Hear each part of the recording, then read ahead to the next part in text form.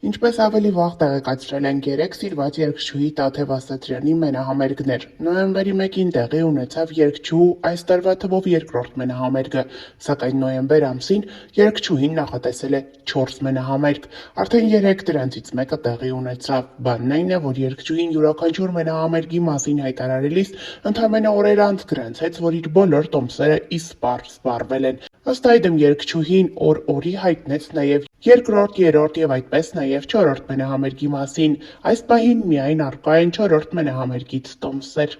Երեք տեղի ունեցավ մենահամերգը այն լի էր անակնկալներով, շոու ծրագրերով, որոնք հիացրել են հանդիսատեսին։ Տաթև Ասատրյանը բեմում հանդես է եկել կենդանի կատարմամբ, ուրախացրել իր երկրպագուներին, ինչպես նաև նրանց տվել խոստացած անակնկալները։ Այն է 5 հանդիսատեսի անվճար օդային տարածքով ուղևորվելու անսահմանափակ հնարավորություն։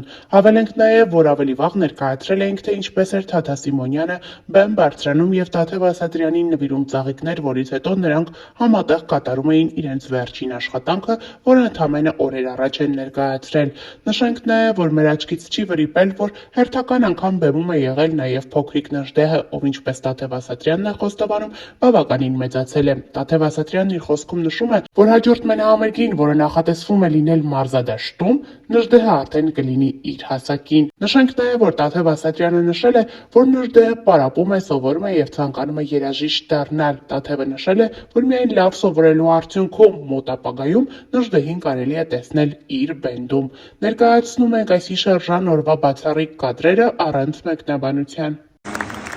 Մյուս համերգին արդեն իմ բոյին կտեսնի։ Բայց այս համերգներին չէ, մարզադաշտի։ Մեծ տակ։ Ավելի լավ սովորել, հաջորդ անգամներին այն բենդում նստած կլինես։ Արի մոտես։ Ժողովուրդ ջան, շատ եք հարցնում, թե Նժդեհը որտեղա ոնց է ու ինչ է անում։ Ուզում եմ ասել, որ հանգիստ եղեք, ամեն ինչ լավ է լինելու։ Չէ՞ կյանքս։ Ժողովուրդ ջան, մենք վրինում ենք, գալու ենք Ռոստով, կնասադար